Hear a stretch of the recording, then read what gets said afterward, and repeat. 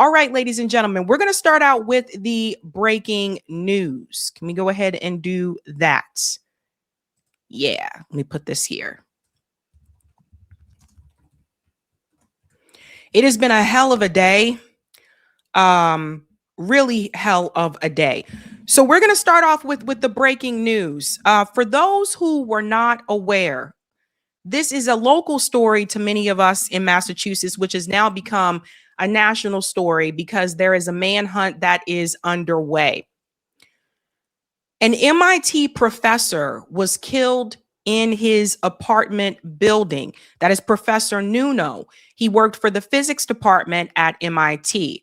Now, before we get into this, a couple of things that I should tell you up front. I used to work at MIT and I worked in the physics department. Professor Nuno, if I remember correctly, came there in either 2015 or 2016, one of those years. Either way, I was still there. That was before I left MIT. Professor Nuno worked for the plasma department. So I should explain to you how this works. In the physics department at MIT, it's separated into two different categories. So there is theoretical research and there's experimental research. And in those two categories, there are different areas of physics. So, for example, astrophysics, quantum physics. Professor Nuno focused on plasma physics, right? So there's different areas within those two areas of research. Where I come into all of this is that I was the graduate coordinator. So I was the one that was involved in open house, admissions for all the PhD students that were coming in. And part of my job also was to explain to the prospective students about these different areas of physics within the physics department at MIT. So the department that he was a part of was the plasma research. And we're going to get into what he was studying and what he was focusing on, because that's really important in my opinion. And I wonder if that has something to do with the reason why he was killed. So let's go ahead and get into that news clip, ladies and gents. Let's go ahead and bring this in here. This was the announcement of Professor Nuno's death. The mystery and heartache hanging over MIT's campus. So tragic, so frightening, so insane. After world-renowned Professor Nuno Loureiro, the head of MIT's Plasma Science and Fusion Center, was gunned down in the entrance to his building. Reported gunshots. Father was shot multiple times. 48 hours later, the search for his killer intensifying. The 47-year-old physicist killed in the upscale Boston suburb of Brookline was a father of 3 daughters and a brilliant researcher, according to Bruno Gonçalves, who worked with Loureiro for years in Portugal. How would you describe the level of shock and devastation in the scientific community when this news was learned? Well, everyone was extremely shocked by the violence of the event, shocked because he was a really nice person. Brookline police referring NBC News to the Norfolk County DA's office, which said in a statement, this is an active and ongoing homicide investigation. No further information is being released at this time. While 50 miles away in Providence, authorities knocking down any notion that there could be a link to the tragedy at Brown. The investigating agencies have not yet responded to NBC News' request for information about a possible motive, as Gonçalves just wants clarity. Let me pause here as they talk about this whole motive thing. I'm going to get into the Brown University part in just a second. So the Plasma Center was not in the same building that I was in. The main physics office and, of course, the physics graduate office was in the main building of MIT. We call it the Dome. So that big giant dome building that you see on Mass Ave, that's where the physics department was located. The Plasma Center was in a separate building. So it was rare for me to interact with the plasma professors. If they weren't in my building, most of the time I just wasn't going to interact with them, right? So I'm going to get into the motive in just a second. This is not your average professor. A number of people I saw online, and they're asking like, well, why would they just go after just some random? He's not just a random professor. Professor Nuno just received the presidential award from Joe Biden in January 2025. That was this year. When they say world renowned, they really mean world renowned. A lot of these faculty members, quote unquote, also scientists or mathematicians at MIT, these people are like the best in the world. They're not just average, faculty members. No shade to average faculty members. But this guy was a big deal. And when you see what he was working on, I think we're all going to start to put the pieces together. Let's continue here. We need to make justice, but also we need to understand what was behind such an attack and the motivations, because if the motivations was related with the type of work that we are doing, then it's a really concern for the whole community. Sam Brock, NBC News. Okay, so Professor Nuno lived in Brookline. And for those who are not aware, I'll show you where Brookline is located on the map so you guys can see it for yourself here. Let me go ahead and bring this in here. So Brookline is right here. It's like there's Boston. This is all of Boston. And this is Brookline. It almost kind of looks like if someone took a bite out of Boston, but Brookline is its own town, but it's attached like at the hip to Boston. Some things that I can tell you about Brookline. Number one, I used to say 2 types of people live in Brookline: people who have money and college students. There's a lot of college students that live there because of its proximity to Boston University, also to Boston College. They can get together 4 or 5 of them and rent an apartment and they'll be okay for the most part. But other than that, a lot of the people that live there, they're kind of wealthy. To give you an idea, New England Patriots owner Robert Kraft is from Brookline. That's a wealthy town. These types of things don't happen there. You don't hear about someone being gunned down in Brookline. This is like a rarity type of thing. And what that tells you is that this suspect, who they assume may also be the same suspect from Brown University, this suspect knew where he lived and, according to reports, was waiting for him at his apartment building. So this is not something that was random. Let's get into who Professor Nuno was. This is important. What MIT physicist Nuno Loureiro was working on before the fatal shooting. And I think this is the part that people really need to look at. Who was he? He was a physicist who served as the director of MIT Plasma's Fusion Center. He also held faculty appointments in MIT's Department of Nuclear Science and Engineering and Department of Physics. This is also not uncommon for faculty there to have a crossover with departments. According to MIT, he studied physics in Portugal and the UK, completing his PhD at the Princeton Plasma Physics Laboratory before working as a researcher at the Institute for Plasma and Nuclear Fusion at the Instituto Superior Técnico of Lisbon. And then he joined MIT in 2016. So it was 2016 when he joined. So he was among 11 MIT faculty members awarded the Presidential Early Career Award for Scientists and Engineers, one of the U.S. government's highest honors for early career researchers, recognizing his work on magnetic fields and plasma physics. Like I said, this is not your average professor. This guy was a big deal. So let's get into what he was working on. So Professor Nuno was a theoretical plasma physicist. So remember when I told you there's 2 different areas in the physics department, experimental and theoretical? He was on the theory side. So it goes on to say here, a field that studies the behavior of electrically charged gases under extreme conditions. Plasma physics is foundational to both fusion energy research and the study of astrophysical phenomena such as stars, solar flares, and magnetic fields in space. At MIT, his research focused on topics including magnetic reconnection, plasma turbulence, and the generation and amplification of magnetic fields. Magnetic reconnection is a phenomenon that occurs when magnetic fields pointing in opposite directions are torn apart and reformed. This explosively releases energy stored in the field, heating up and accelerating particles. So just a little bit there about what he was working on. But to make a long story short, nuclear fusion.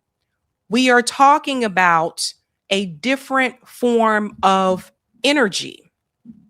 And we know how that can be a threat to the powers that be, working towards clean energy, different types of energy.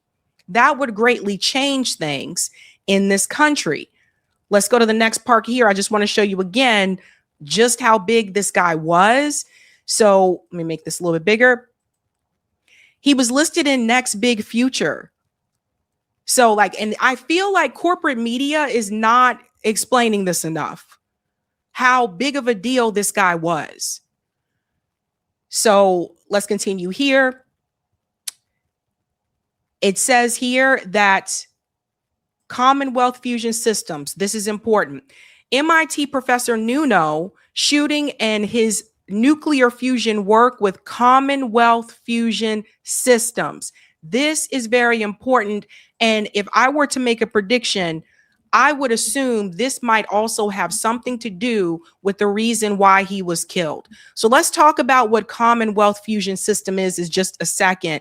It goes on to say Professor Nuno was shot and killed 2 days ago. He led the MIT Plasma Science Department and was working with Commonwealth Fusion. Commonwealth Fusion is one of the leading nuclear fusion startups. Commonwealth Fusion is a leading private fusion energy company spun out of MIT. He raised close to $3 billion in total private funding as of late 2025. So this company that he was working with, Commonwealth Fusion, it was private. From what I understand and from what I read, not connected to the government in any way, shape, or form. This is going to be important when we get to the Trump part, because it was a startup that was doing very well, that raised a lot of money, and it was also a competitor. A competitor for who? Let's get to this part. It was reported in Crunchbase. Earlier in December, reported in Crunchbase. So they're adding this now. A little background on fusion funding and TAE Technologies, the company merging with Trump Media. Commonwealth and TAE Technologies were competitors. So you have Donald Trump, this deal that he had with TAE Technologies to merge with Trump Media, being a competitor with Commonwealth. I think this actually matters. And corporate media is not talking about this. Let's go on a little bit more here. I'll make this bigger for you guys. There is no hyperbole in stating that Trump Media and Technology Group, the company behind social media platform Truth Social, is breaking new ground with this morning's announcement that it plans to combine with fusion company TAE Technologies. The two signed a merger agreement to combine in what TMTG called a stock transaction valued at more than $6 billion. Now, this was announced. Let's put this up here. December 18th, 2025. It was announced today. If you see this on Friday, that would be Thursday that it was announced. So let's put 2 and 2 together, folks. Let's scroll down a little bit here to get to the competitors. And let's highlight this right here. A handful of fusion startups have secured a big chunk of funding to the space. Besides TAE, the most heavily funded are Commonwealth Fusion Systems, Helion Energy, Pacific Fusion, and General Fusion. But look which one has the most money out of all of them. That is Commonwealth Fusion with $2.86 billion in equity funding. So let me tell you what I think. I believe that because Commonwealth Fusion was private and not connected to the government, I believe that this company was a threat to the US government. I also think this was a threat to Israel. We'll get to that part in just a second. Donald Trump's merger with TAE Technology is probably going to be full of government contracts. And then you have this company here, Commonwealth, that Professor Nuno was a part of. That is not. I don't think it takes rocket science. We got to put all the pieces together here, ladies and gents. So I think that was an issue. Now let's get to the Brown University part. They are now reporting on corporate media that they believe the Brown University suspect is also involved in the shooting or the killing of Professor Nuno. They believe that these two are connected. And honestly, I'm going to show you why I think they could be as well. Let's go ahead and get into this announcement that was made by ABC News. 2 shootings at 2 major schools in the Northeast, and police now say they could be connected. Good afternoon, everyone. I'm Kira Phillips. We begin with that breaking news. Multiple sources briefed on the investigation, telling ABC News the mass shooting at Brown University and the murder of an MIT professor in Massachusetts may be linked. Let's bring in our Christian Cordero there on the scene in Providence, Rhode Island. Also, our chief investigative correspondent, Aaron Katursky, plus our contributor and former NYPD chief of detectives, Robert Boyce. So, Aaron, what do we know now? Law enforcement sources tell ABC News, Kira, that the shooting at Brown University that killed 2 students may, in fact, be connected to the shooting death, the apparent murder of MIT professor Nuno Loureiro, who was shot and killed in the foyer of his Brookline home on Monday night, pronounced dead on Tuesday morning at the hospital. At first, the FBI said there was no known connection, but in the last 24 hours, sources told ABC News that the investigative teams on both the cases began to compare notes, and information started to gel that the 2 shooting incidents may in fact be connected. The authorities have not said this publicly, but this is what we're hearing now from multiple law enforcement sources. We also understand that authorities may be close to naming a suspect, but they are frantically working both of these cases, understanding that 2 communities, both in Providence, Rhode Island, and in Brookline, Massachusetts, are shaken by the developments over the last several days. Okay. Providence, Rhode Island is not far from us. For those who are not aware, you can drive to Providence. I can drive there right now, probably take about 45 minutes if there's not traffic, and come right back here. So it's not far. So I can see how they would make that connection. But I'm going to show you another reason about that connection. Danny said he was a threat to big oil lobby, not the U.S. government. I think maybe both, because a lot of times these faculty members at MIT, they teach at MIT, they do their research, but then they'll also start their own startup. They'll have their own private company. It is not uncommon for them to have contracts with the US government. This is a big thing at MIT, BU as well. A lot of times these professors, they have a private company that they launch on the side. And at the same time, they'll have like a defense contract with that company. From what I understand with this one, from what I read about it, it appears that it was totally private and they didn't have a government contract. But yes, also a threat to big oil. So let me show you the connection that I saw. And shout out to Corey and Eric who were on this earlier today. You see this here? The Barris and Holly Prince Lab at Brown University. This is the facility where those 2 Brown University students were shot. They were in this facility. Now, why does that matter? Let's look at what is in this building. Make this bigger. The Barris and Holly 7-story building houses the School of Engineering and the Physics Department. Coincidence? So the Brown University shooting, those 2 students that were killed, they were killed in the Barris and Holly lobby building, which also houses the physics department. The MIT professor who was killed was a physicist. So this is where I think the connection may lie. I think that that's important. I also want to point out there's something that you need to know about this building at Brown University. Unlike many of the other facilities on campus, this one does not have a lot of cameras. There are very few cameras in this building. The perpetrator, I'm sure, knew that. Now let's get to the other part, because it's a wild story out here, folks. As of earlier Thursday morning, they said that the suspect from Brown University was still at large. As we're speaking right now, there is currently a manhunt underway. We'll get to that in a second at the southern New Hampshire, in Salem, New Hampshire, where they believe that they have surrounded this suspect's vehicle. They believe he went north.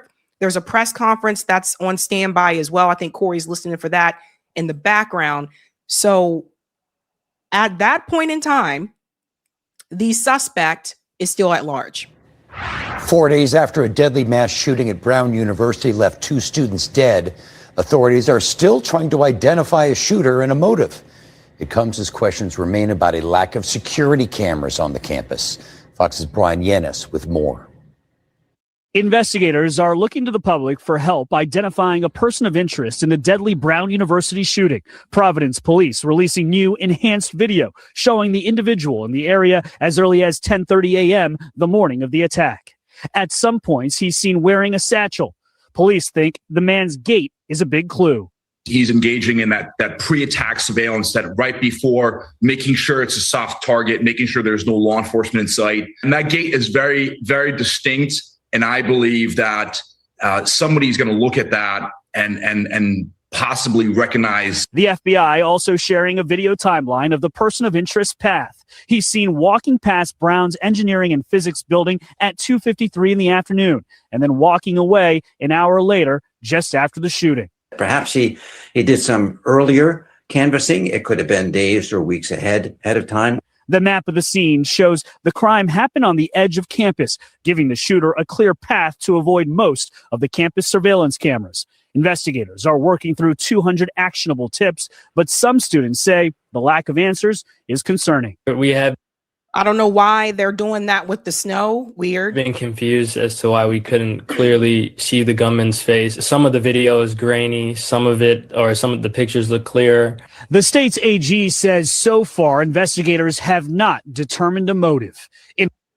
It's so funny to me that they're saying they don't have a motive, but look at all the evidence that I'm showing you. Look at everything that I'm showing you guys at this point in time. I think they're just obviously not looking for or looking at what I'm looking at. Now let's go ahead and debunk some things. The moment Professor Nuno was killed, there were a number of Zionist social media accounts that said that he was killed because he was Jewish. However, that apparently is not the case. And listen to this. This is Joa Santos, who says he knew Professor Nuno. Apparently, Zionists were so quick to say the MIT professor, someone I knew was Jewish, that facts didn't matter once again. Even when proven wrong, refusing to remove the post or correct it because misinformation serves their cause. They confused a filmmaker with a nuclear scientist. X feels like a clown show at times with this culture war they keep trying to start. So according to Joa, he knew Professor Nuno, and according to Joa, Professor Nuno was not Jewish. But they ran with this. And by the way, Bill Ackman was one of the leading drivers in this narrative, that this is the reason why he was killed, because he was Jewish. Noah's saying that is not the case.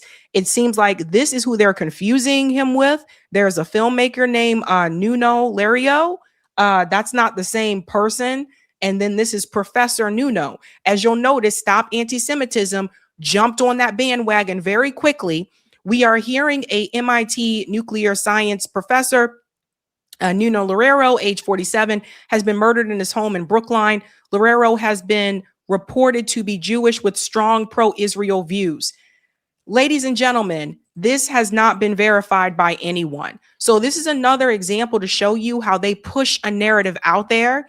And usually the person who gets the narrative out there first, usually, they're the ones that win. So now a lot of people, you have to go on defense and say, no, this is not the case. But they're trying to use this as the reasoning, right? Now, Israel has jumped in, and Israel is saying that Iran is responsible for Professor Nuno's death. So when I was looking at the timeline and the way the finger pointing just rolled out, Bill Ackman makes the tweet and goes, "I'm hearing he is Jewish. Stop anti-Semitism," jumps on board immediately, puts out that post on X that he was Jewish and that's why he was killed. Next thing you know, Israel puts out the statement that it was Iran who killed him, which is very weird and bizarre considering it's usually Israel is the one that goes after scientists. You can go ahead and see it here for yourself. World-renowned MIT nuclear researcher was assassinated in his home in targeted attack by Iranian operative, Israel says. No evidence, no proof, nothing. And the Daily Mail, they just rolled with this. And it goes on to say here that Israeli officials have said Iranian operatives targeted the leading nuclear fusion researcher, according to the Jerusalem Post. Who believes this? They're already pointing fingers at Iran. This makes absolutely no sense whatsoever, especially after the information that I just told you. We're going to get to Kalinoit in just a second. So let me explain something to you. Get to this right here. This is how they start the narrative. So they got everybody out there believing that this was an anti-Semitic attack. And someone who was actually friends with him and knew him says that he was not Jewish. They're already ready to blame Iran. Just another excuse for them to go after Iran. But there's something else you need to know. The MIT physics department also has an organization here called the MIT Kalinoit program. Let me show you what they do. This is a part of the physics department at MIT. The MIT Kalinoit, I don't know if I'm pronouncing it correctly. This program is a faculty-led initiative focused at building a stronger MIT campus community while deepening ties between MIT and Israeli researchers. Well. So you have a program that is part of the physics department that deepens ties with MIT and Israeli researchers. I think this is important for people to know. You have a scientist here who was working on what seemed to be a great project, so great to the point that he received the presidential award this year. And I look back on things and I wonder if that award put a target on his back. Him working towards clean energy. And you have this program, which at this point, MIT should be cutting all ties with Israel. You have this program that works with Israeli researchers. That is the sole focus and mission of this program that is a part of the physics department. So it makes me wonder.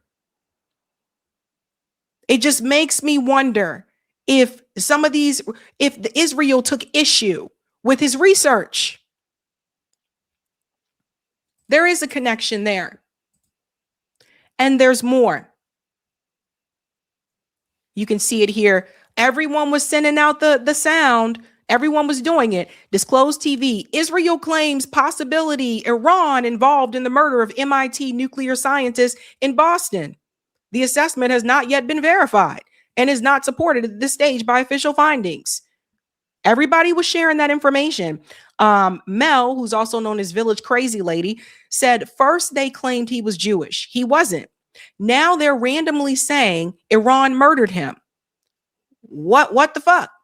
Police haven't released any details. It literally could have been a simple home invasion, which is exactly what I was thinking until I read this headline. Yeah. So do you see how they wanted to get that narrative out there first? And then I just want to remind you who usually goes after scientists.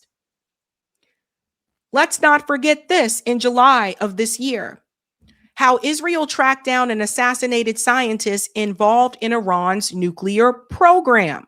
This is something that Israel is known to do, not Iran. And as you can see here, remember we covered this story. Let me make this bigger here. Here we go. One of the things I thought that was interesting is that they had been following them for quite some time, right? So Israel's attacks in June killed 16 leading researchers involved in Iran's efforts to develop an atomic bomb. Some of them had been under Israeli intelligence surveillance for 2 decades. So for people wondering why this guy, why Professor Nuno, you don't know how long people could have been watching him, could have been spying on his research. You don't know how long it could have been. If they were watching Iranian scientists for 2 decades, who knows how long they could have been watching Professor Nuno. And they have the nerve to point their fingers and blame Iran. There have been other stories I covered before on the show about the strange disappearance of Egyptian scientists. Some of them disappeared in this country. People who were basically leading groundbreaking research. And then there's something else about Brown University that you also need to see. And shout out to the gentleman who posted this video. What did Brown University do after October 7th? Some people may not remember this. So Brown University found out that America wasted $33 billion on aid to Israel in the past 2 years. That means every American taxpayer has sent Israel $45 million every single day, $144 for every citizen every single month, $577 for the average family of 4 every month. While the Israels give free healthcare, college, and one of the most generous welfare programs on earth. Meanwhile, Americans go into debt and homelessness skyrockets. Me posting this video is crazy because we know what happened to Brown's University in the past couple of days. Brown University got attacked in a suspected false flag. I gotta whisper. I think these research findings may have something to do with the Brown. Oh, wow. It is very interesting. I mean, guys, y'all got to remember college places like the professors are doing research and studying. That's like the main part of their job. And this is what they found. So if y'all just want to read this, let me know what y'all think. All this aid we were giving to them was obviously after October 7th. But basically, Brown was like, yeah, we wasted it. It was not useful for us sending that much money. So Brown University, they were the ones that put out the call about how much money we wasted sending that money to Israel instead of using it right here. Now, people may feel as though all of these are just a coincidence, but I want to remind you what happened to another individual by the name of Eugene Malov. In 2004, Eugene Malov, the death of a cold fusion proponent. Eugene Malov, a science writer who for the past 15 years dedicated himself to advancing the case for cold fusion, was murdered Friday in an apparent robbery.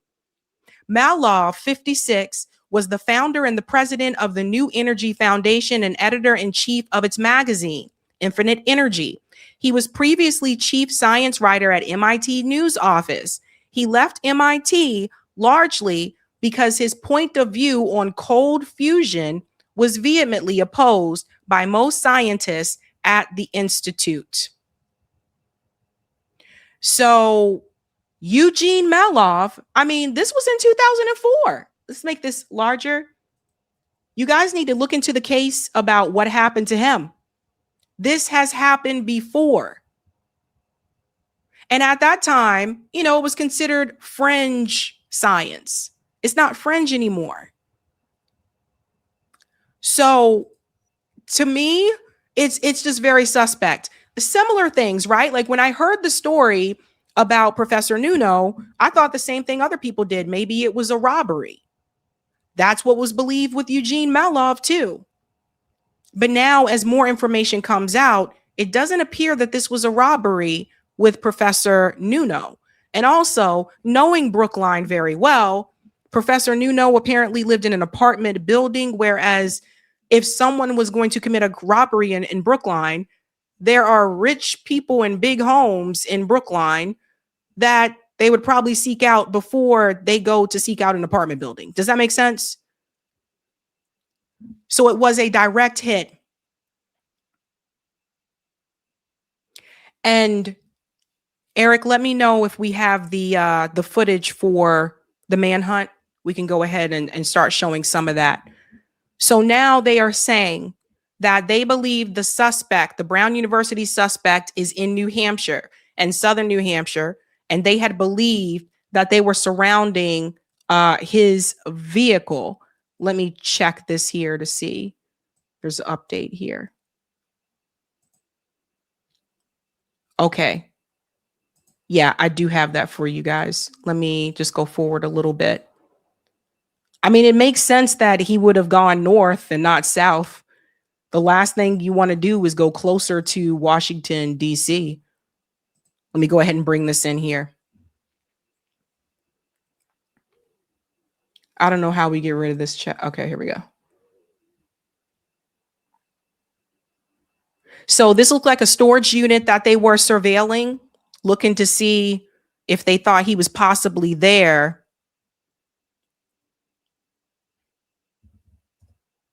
Okay, thank you, Corey. One thing I do want to add as well that we did see is that they believe that they were surrounding his vehicle, or what they believed was his vehicle. I doubt that he was in it.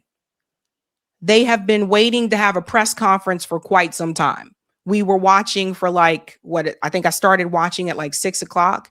And they said they will make an announcement at some point. As you can see, there's police officers there. They believed, again, that they had found his vehicle. And another thing that I want to mention for those who are not aware, the police believe that he used a rental car, and that there seemed to be the same vehicle that could have been used at Brown University that was also used here. So just FYI. Now I'm waiting to see what they say about this suspect. I'm waiting for it. I'm waiting to hear what they're going to say, because I've already seen a number of videos that people have put out. Let me just mute this for a second. That people have put out. Brandon Tatum posted a video of a guy wearing a keffiyeh. They don't even have the suspect in custody, but he had already put a video out saying, "Is this guy?" Wild and crazy stuff, man. We can fast forward here. So we may have to come back to this part at later time. Corey is watching in the background to see when they do the update about the press conference. But yeah, we were waiting for quite some time. There's people just sitting in a room, like waiting around, and they announce like, "We'll let you know when it's that time." But it's very scary, you guys. And I'm just going to tell you this. These scientists at these universities like MIT and Harvard and, the big elite universities, some of the research, especially at MIT, I can tell you as much as I can without getting a lawsuit. Some of the research that is done at MIT is so significant and important that MIT does not close their labs. When my first year, when I was an employee there, I didn't understand why we just didn't get the week of Christmas off, because at other universities, you get the week of Christmas off, right? And the students aren't there. But at MIT, if you want that time off, you have to use your PTO for that. And it was explained to me that the reason being is because they cannot close the labs. Someone has to be there to make sure that those labs stay open. I had students and God bless them, but I had students that would go to the labs and do research till 1 o'clock, 2 o'clock in the morning, sometimes did not sleep. Like, it is no joke going to MIT and doing research there and doing research at University of Texas or something like that, it's not the same level. I'm telling you from experience. So the research that he was working on and the fact that he got all those awards, can we pull up his, Corey, can we pull up his wiki? They have his wiki out. I want to show you guys all these awards that he got. At 47 years old, he's still young for a scientist. So just doing like so much. Let me see if I can pull up his wiki. I don't know if Corey might be like, what do you mean? Yeah, Nuno. But I do believe that there is a connection here. Let's go to his wiki. I just want to show you a couple of things about him here as well. So just look at this. He was the Hermann Feshbach Professor of Physics, like the director of the MIT Plasma Science and Fusion Center. This guy did everything. And then let me just go to some of his awards here, because this is important too. Why don't you guys have a separate? Yeah. American Physical Society, Thomas H. Stick Award. He had the National Science Foundation Career Award, the Amar G. Bose Research Grant, the MIT School of Engineering Ruth and Joel Spira Award for Excellence in Teaching. He had the Los Alamos National Laboratory Stanislaw Alum Distinguished Scholar. And the big one is the Presidential Early Career Award for Scientists and Engineers in 2025. And I believe it said, let me double check, but I believe, yeah, right here. In January of 2025, President Biden presented him with that award. So that award wasn't given to him by President Trump. It was given to him by President Biden. And I don't know, you guys, when we just put everything together and we look at the fact that Commonwealth, let me put this back up here. Commonwealth Fusion Systems, which is the company that he was working with, his startup, and it was a competitor to TAE Technologies, which Trump Media now acquired.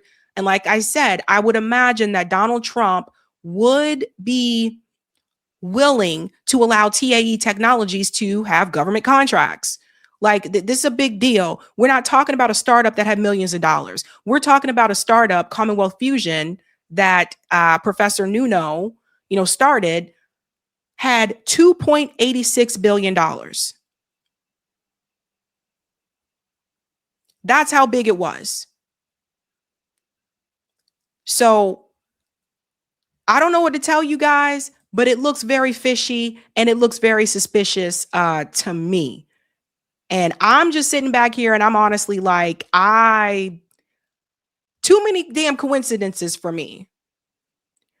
And so I'm asking myself, is this real life? Is this real life that we're experiencing at this point in time? Oh, okay. Here we go. All right, guys. Breaking news that we're adding to the breaking news. This just came through from WCVB right here in Boston. This is from Veronica Haynes. The suspected gunman in the mass shooting at Brown University and the killing of MIT professor has been found dead. Two sources confirm WCVB. Multiple law enforcement agencies converged on a storage facility in southern New Hampshire on Thursday evening in the ongoing multi-state manhunt for the suspect. And several law enforcement vehicles were also spotted by Sky 5 in nearby Methuen. Earlier in the day, police identified a person they believed is connected to both shootings. A warrant was issued for the individual's arrest. Multiple sources told ABC News the person's name was not publicly released. Oh boy. It's not immediately clear. Let me go back up here. Sorry. Providence Police, U.S. Marshals, New Hampshire State Police, K-9 teams, and FBI were at a storage facility in Salem, New Hampshire, just over the Massachusetts border. Some members of law enforcement were also seen entering the facility. Area police departments said they were mobilizing resources to assist in Salem. It was not immediately clear what information brought investigators to the Salem facility. From Sky 5, a man was seen being led from the building, but he was not taken into custody. Salem police later posted on social media that there was an imminent risk to the public, but urged vigilance and for other residents to exercise heightened caution. If you observe any individuals on foot who appear out of place, unfamiliar to the area, or behaving in a manner that seems unusual or suspicious, please report it immediately to Salem Police Department. That's what they had posted. Now, the information about the possible connection between Saturday's shooting at Brown University in Providence, Rhode Island, and Monday night's shooting of the MIT professor in Brookline was developed as detectives working on both cases compared notes, sources told ABC News. So they are saying that the suspect is dead. We don't know the motive of either of these shootings, but from an investigative standpoint, what could possibly match? Shell casings from the scene, he left those at MIT. It could also be from surveillance cameras in and around professor's house or on campus. So yeah, they're really not making the connection that I made. But I don't expect them to dig into some of that, but they're saying that he is dead. It's weird because it says that they saw the law enforcement escorting a man out. If that's the same person, he was alive at that time. So what happened? I don't know, guys. I don't know. And you know what? If this is the person and he's now dead, then you're not going to get anything from him. Very interesting. And anything that they say about the suspect can't dispute. That's the other thing. So they're not telling us how he died. Crazy stuff, guys. Crazy stuff. Chats in queue if you want. Chats in queue. I was going to go to the next story. Okay. All right. Thank you, Corey. All right. There's going to be a presser later. Okay. So let's go to the next story here. Gavin Newsom. Can we go back to Gavin Newsom? Here we go. All right. Come 2028, we need to be very careful. Some of these candidates that are talking a good game now are going to start to, I guess, slip. They're going to start to show, the mask is going to fall off. That's already happening with Gavin Newsom right now. Gavin Newsom is getting roasted on social media because Gavin Newsom praised Ronald Reagan.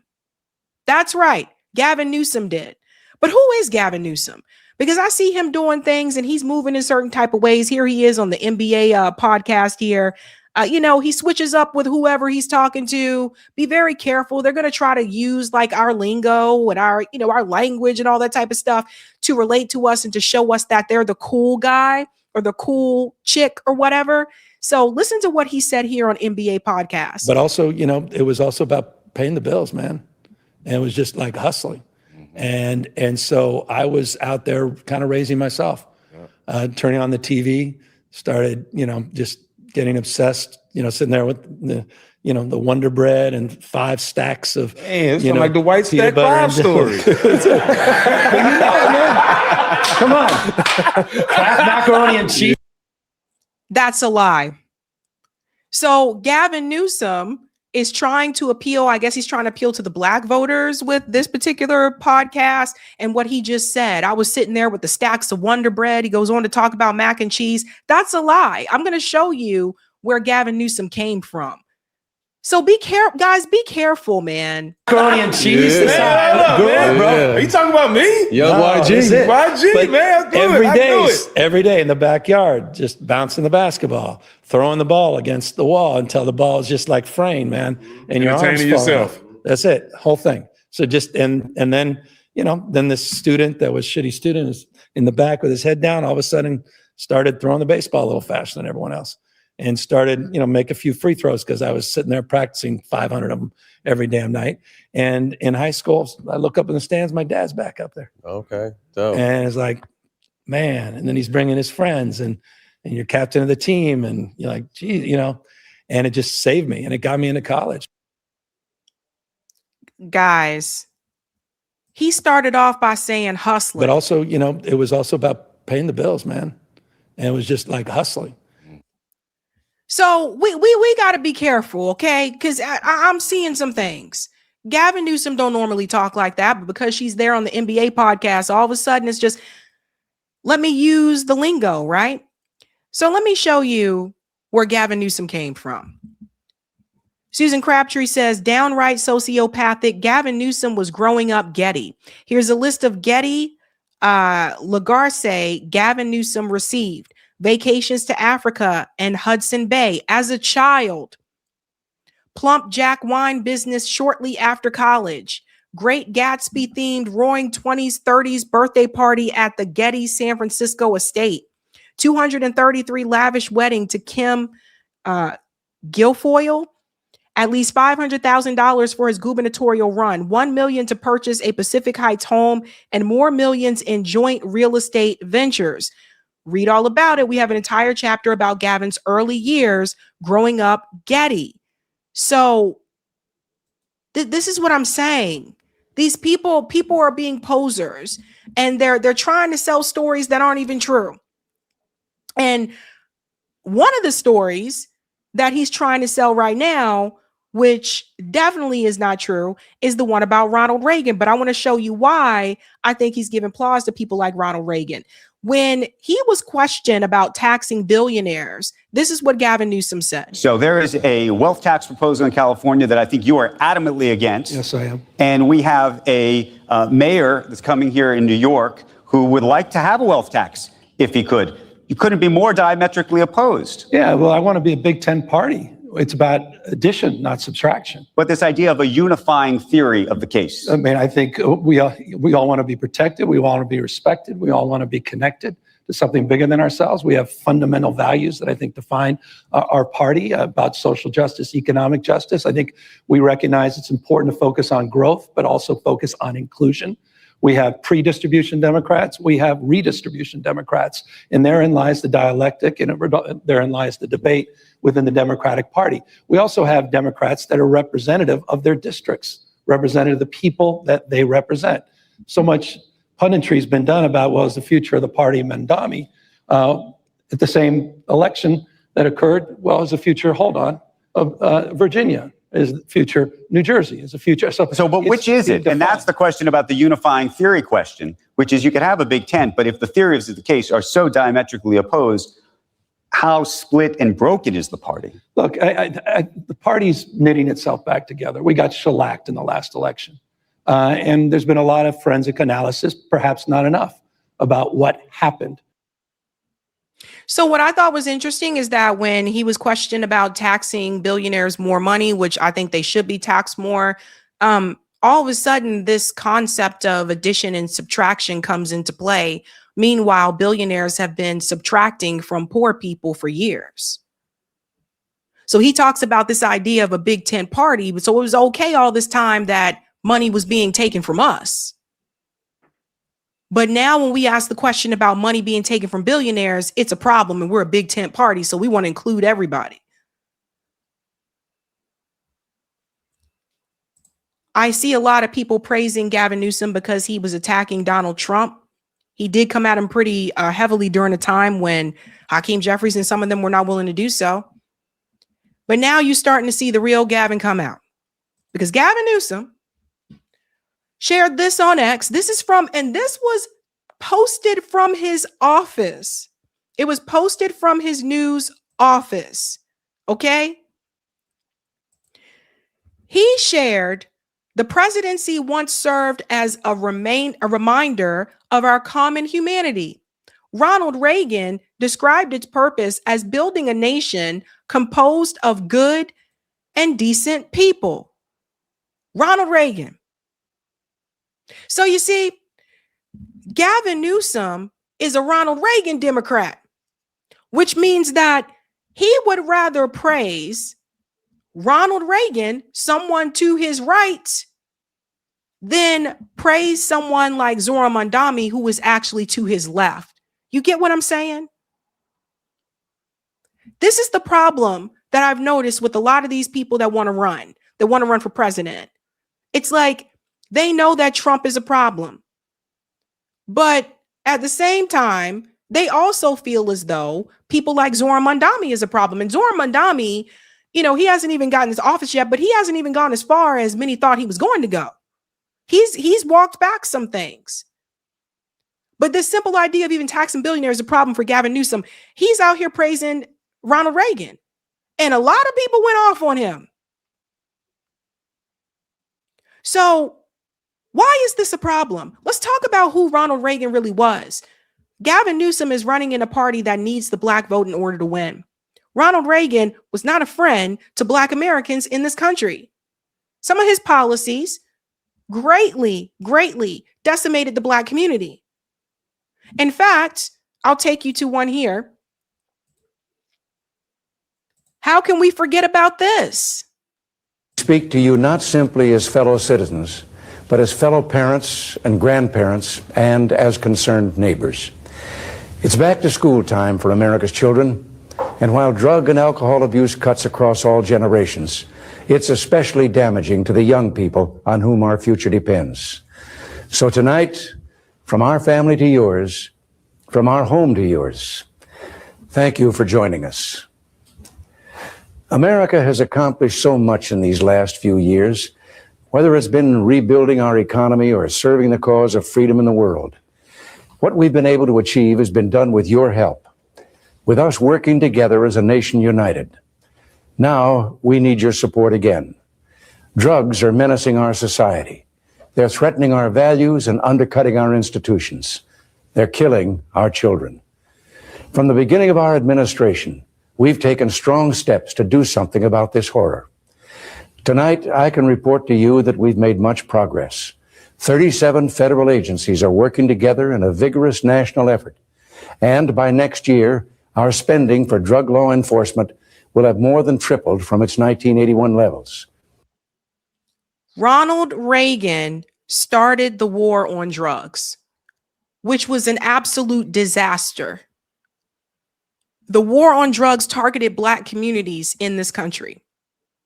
And then not to mention, and we can go into a deep dive about this sometime, not to mention, you cannot forget that the CIA was found guilty, not punished for it, but found guilty for bringing drugs into the black community.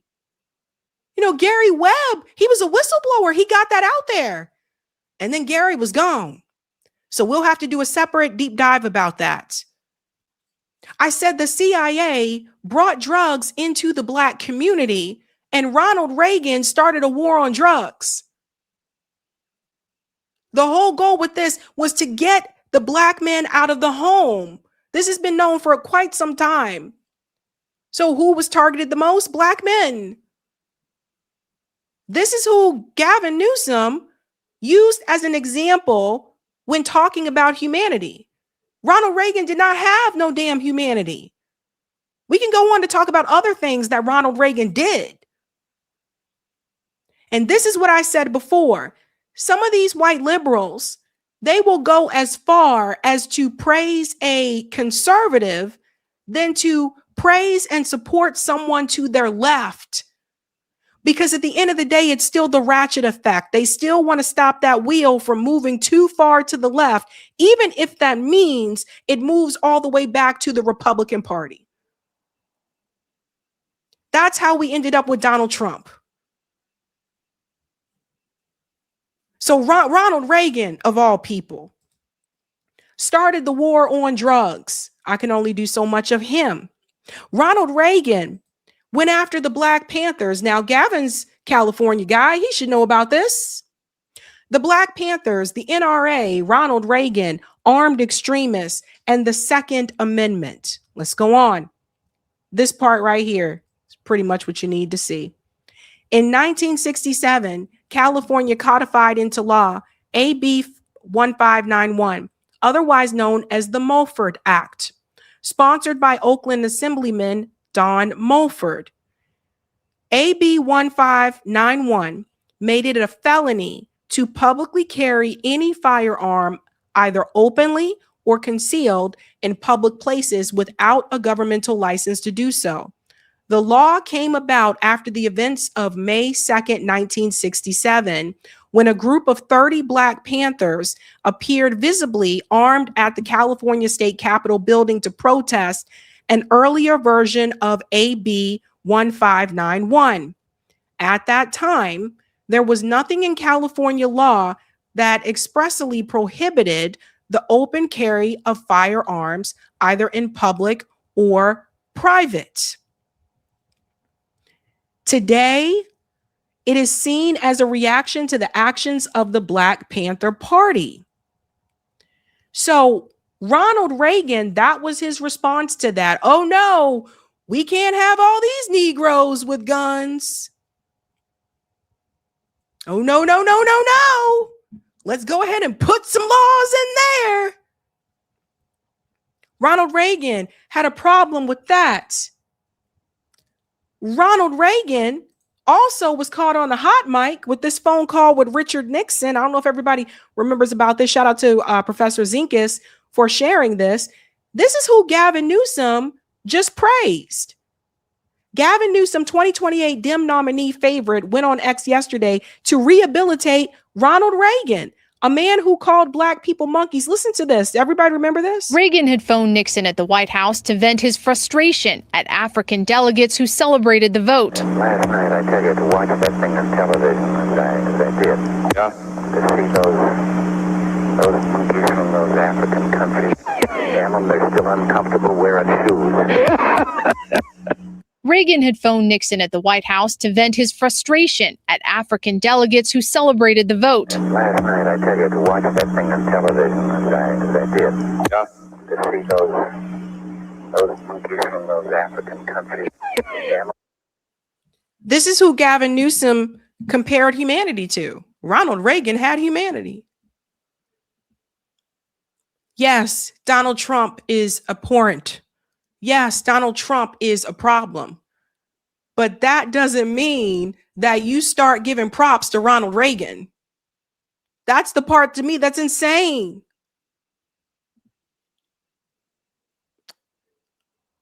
So here's the thing, folks. Come 2028, we have to be very careful.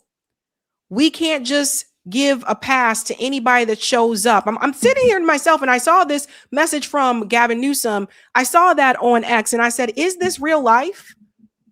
Seriously? You couldn't give kind word about Zoran, who's to your left, but you're out here giving a kind word about Ronald Reagan? This is what I'm talking about. Come 2028, let's not forget this, because even though Trump is bad, look at the recent numbers for the Democrats in Congress. Well, check this out. The popularity of congressional Democrats. Check this out. In the minds of the American public are lower than the Dead Sea. What are we talking about here? Well, let's take a look. The net approval rating for Democrats in Congress. You said it, Kate Baldwin. The lowest ever. Look at this. Overall, they are 55 points underwater. Their approval rating is south of 20%. It's even worse when you look at independents. Look at this. Negative 61 points. That means that their approval rating is 61 points lower than their disapproval rating. Quinnipiac has been polling this question for the better part of the 21st century. They have never found Democrats, at least those in Congress, in worse shape than they are right now. And that's going into the midterms. The midterms are right around the corner, right? So let's not be fooled come 2028. Again, not trying to be, mean to people or anything like that, but I'm just reminding people because 2028 is going to be here before you know it, believe it or not. And I feel like people are going to forget. I think people are going to forget that Gavin Newsom's mask is now slipping off more. He's starting to show you who he really is. So he's not really going to offer you these fundamental changes. What he's basically going to offer you is that he's not Donald Trump. That's it. That's basically what you're going to get. So don't forget. All right, we got another update. You ready, Eric? Let me know. Okay, let's go ahead and bring it up. All right, guys, they started the press conference. The deceased subject is Claudio Neves Volante, a Portuguese national and Brown University student with a last known address in Florida. That was the note there from Corey. We're going to go ahead and bring up the press conference. So sorry to jump back and forth, guys. It's live news. So with the manhunt and everything, you never know when these things are going to start. I thought the press conference was going to start like at 6 o'clock. So, all right, cool. Okay.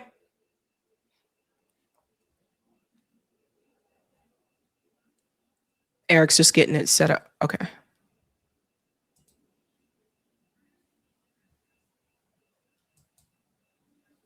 All right. Thanks, Eric. I'll bring it in.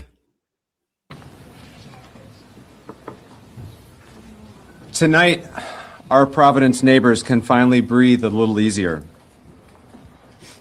In a minute, Colonel Perez will share the latest details on the investigation, but I want to thank the people of Providence for stepping up and coming together during an extraordinarily difficult time. I know this has been hard on all of us. Over the past 5 days, minutes have felt like hours. But the people of Providence have done what we're best at. We've leaned on one another, come together and supported one another, and showed the nation what a tight-knit community looks like. It was because of the information provided to us by... Thank you very We're much. just going to jump ahead. Well, first and foremost, I want to offer my deepest condolences to the families, the victims. It was for them that this work was put together to make sure that they get the justice that they deserve and to ensure that this person was held accountable. Second thing I'll tell you is that I'm extremely proud of this department, actually the officers, the detectives, the real-time crime center, the community response team, the intelligence division, the narcotics division, the task force. This past Saturday, as you all know, December 13th, Providence Police Department and Brown University Police Department responded to this horrific tragedy at Brown University 184 Hope. Our officers were there within minutes. That same day, Providence police detectives immediately went to work. Looking for video footage to see who this individual was and who was responsible. A person of interest was identified from that video footage. The person of interest was observed on Hope Street, turning onto Waterman Street, and that was one of the first videos that we released. At the same time, every federal agency you can think of was reaching out to the Providence Police Department and responded to the capital city. Images were shared with media within hours. Persons of interest it was the same individual that has been the focus of this investigation since the beginning. All the new images that we received of this person of interest were shared with the media continuously over the past 6 days. No, it wasn't the same person because originally you guys had already arrested someone who you said was the person of interest, and that person turned out not to be the person. So it wasn't always this guy that you were looking for. This critical evidence was collected with the use of public assistance. As the mayor stated, I'm proud to be the chief of police of this city. I'm proud to be a product of this city for the reasons that the mayor stated. Community stepped up. It was all about groundwork, public assistance, interviews of video footages, and in the specific incident, it was actually a video that provided us with a description of a vehicle. That was corroborated through a tip that was received to the tip center. That room was packed with detectives, agents receiving calls on a daily basis. We started early and left late. Then Flock and the LPR was able to provide us with this description of this vehicle. That vehicle was picked up by Flock. which led us to a car rental place in Massachusetts. Through that, the agents and their work as well were able to get us footage of this individual, as well as a copy of the agreement, which provided his real name. The video of that subject matched the description of that person of interest that this police department was desperate to put handcuffs on. That individual was identified as Claudio Neves Valenti, date of birth, and he was a 48-year-old man. He was a Brown student. He was a Portuguese national, and his last known address was in Miami, Florida. Okay, I think he said he was a 48-year-old man. 48 years old? Eric, did I hear that right? Did he say 48-year-old man? Let's see if captions got that right.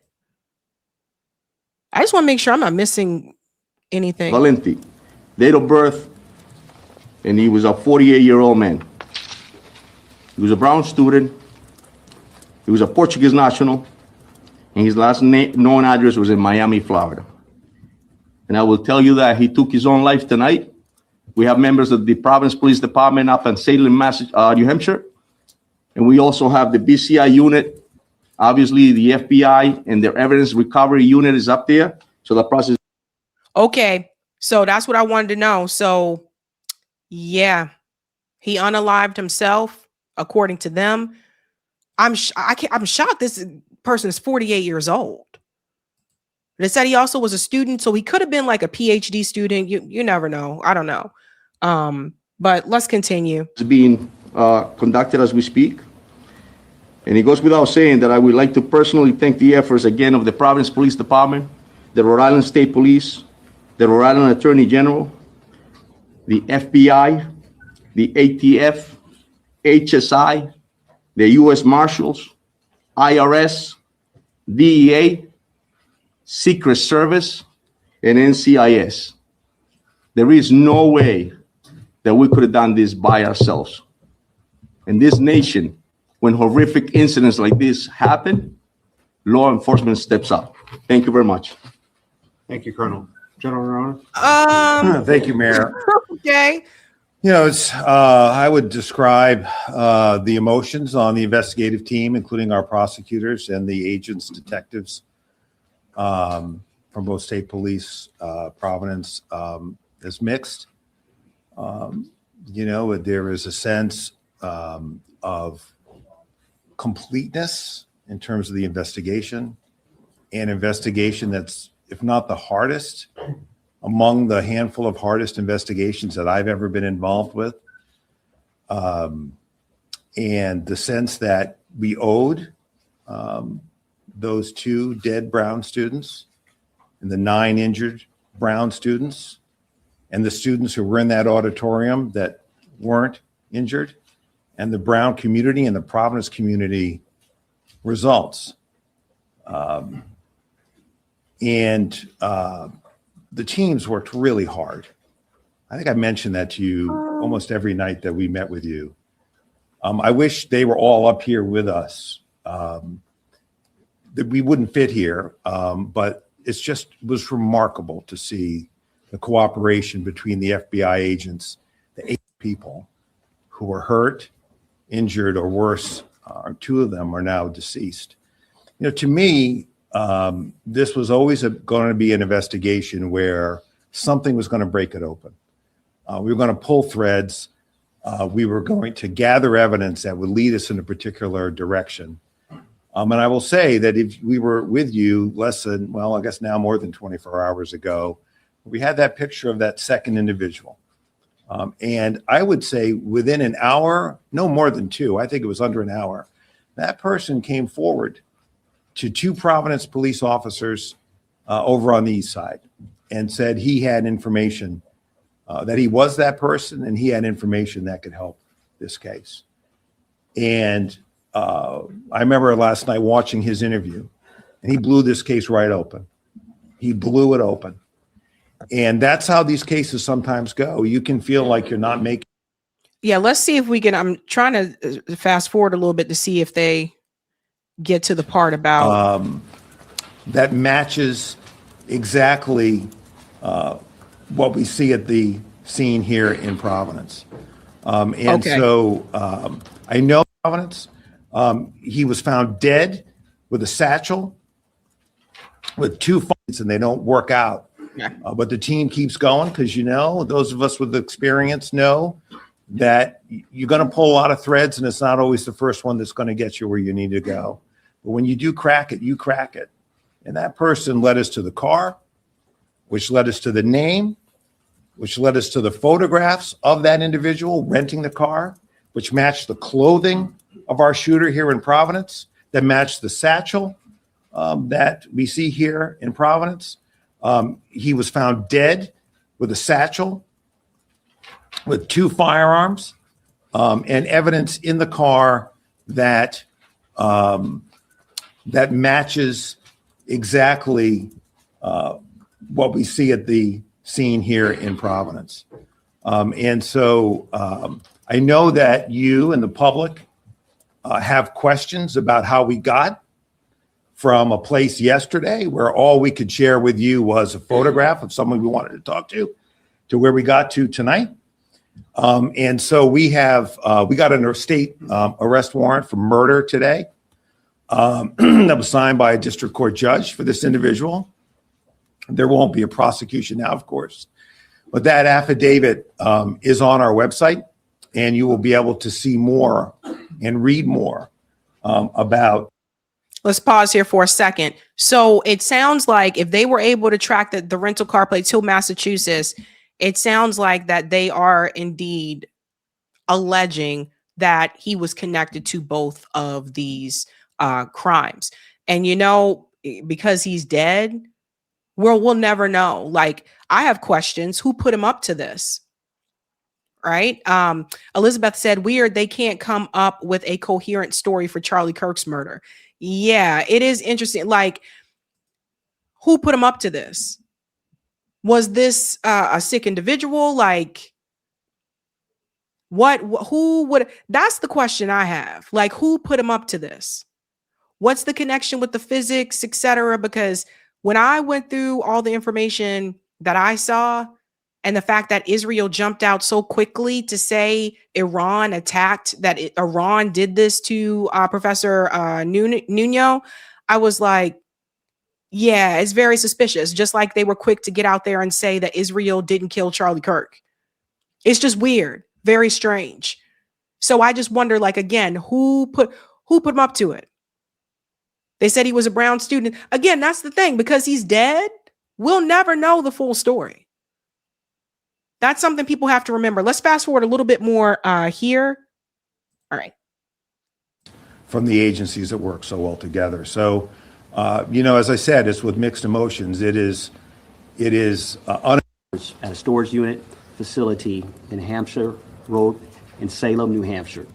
This is where we located Claudio Neves Valente, the individual who we believe was responsible for the Brown shooting. The latest developments in an intense 5-day manhunt, and it's a result of an incredible amount of work dedicated by the law enforcement team standing here before you tonight.